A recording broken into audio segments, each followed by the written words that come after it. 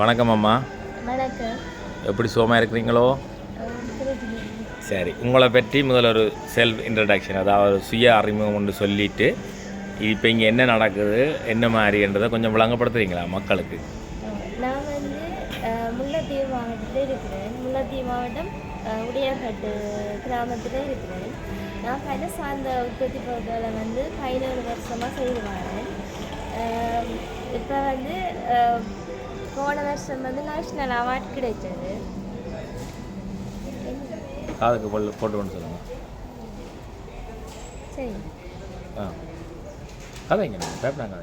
போன வருஷம் வந்து தேசிய விருது கிடைச்சது.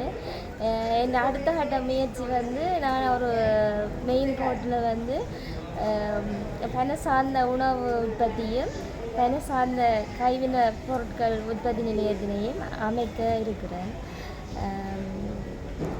நான் வந்து 5 வருஷமாக வந்து தேசிய அறங்கலைகள் பேரவையில் வந்து பயிற்சி ஆசிரியராகவும் இருக்கிறேன்.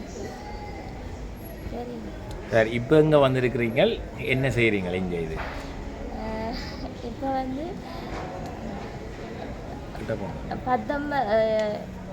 19ஆம் தேதியிலேருந்து 23ஆம் தேதி மட்டும் பண்டாரநாயக்கா ஞாபகத்த மண்டபத்தில் வந்து ஒரு கண்காட்சி வந்து எங்களோட உற்பத்தி பொருட்களை வந்து சொந்தப்படுத்திட்டு இருக்கிறேன்.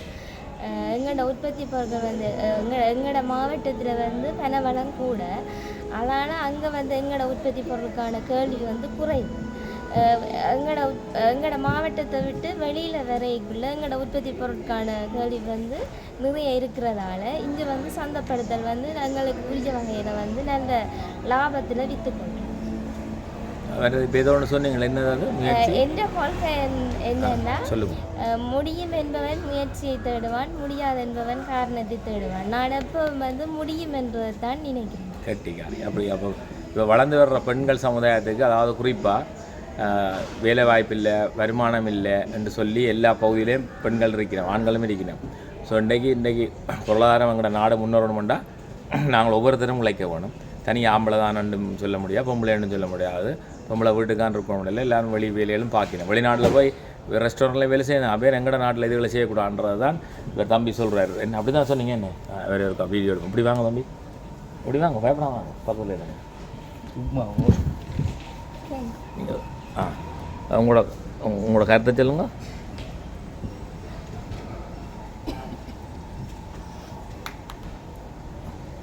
காதுக்கு வலிட்டிங்க.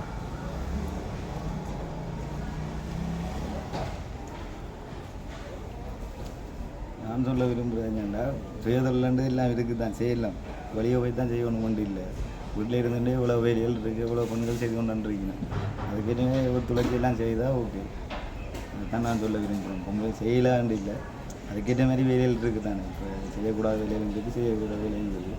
அதுக்கேற்ற வேலையில் ஒரு வேலையில் வேலையை தெரிஞ்சு அவங்க மன சந்தோஷத்துக்கு ஏற்ற மாதிரி அந்த வேலையை செய்து கொண்டால் சந்தோஷம். நன்றி நன்றி. அப்படியே மைக்கு அந்த தெய்வாட்ட கொடுங்களாக்கால முல்லையை சேர்ந்த என்ன பேர் சொன்னீங்க உங்களோட? மதியக்கா. சரி, வேறு சில விஷயங்கள் நாங்கள் வீடியோ எடுத்தால் பிறகு காய்ச்சினீங்களோ, அதை இப்போ மக்களுக்கு சொல்லுங்க. அவ்வளோத்தையும் கூச்சப்படாமல் சொல்லுங்கள். இப்போ ஒரு தரம் பார்க்க இல்லை, இப்போ நாங்கள் 4 பேரும் தான் பிறகு தான் பார்ப்பினோம். இப்போ சொல்லுங்க நீங்கள்.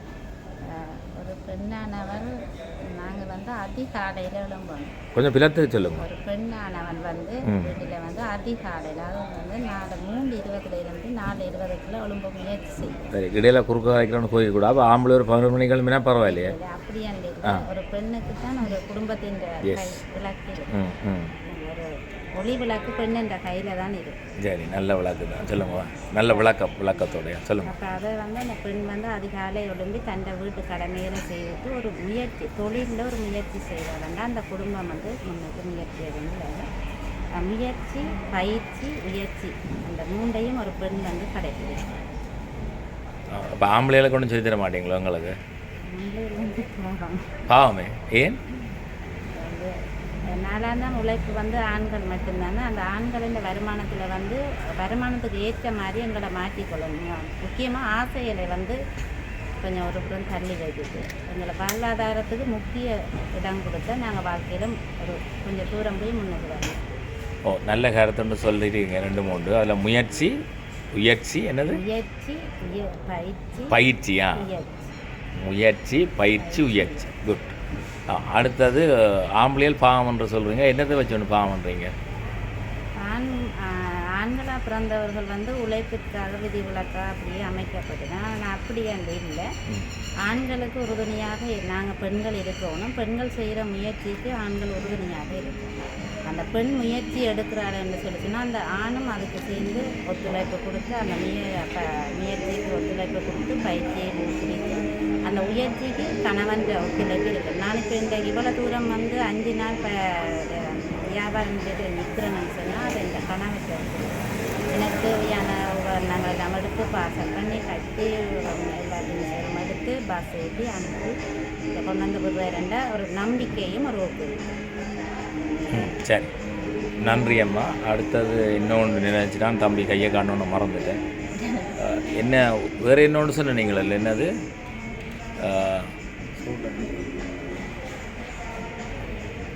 சரி பிறகு அப்போ இப்போ நீங்கள் உங்களை இதுவாட்ட கொடுங்க வைக்க. இப்போ உங்களுக்கு இந்த இதுகளில் வருமானங்கள் எப்படி வருது?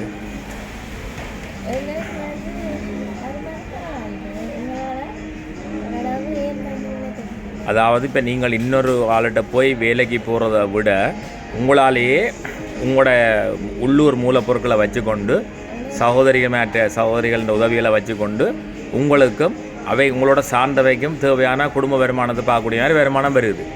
எனக்கு வந்து என்னென்னு கேட்டால் எனக்கு அரசாங்கம் வந்து கிடைச்சது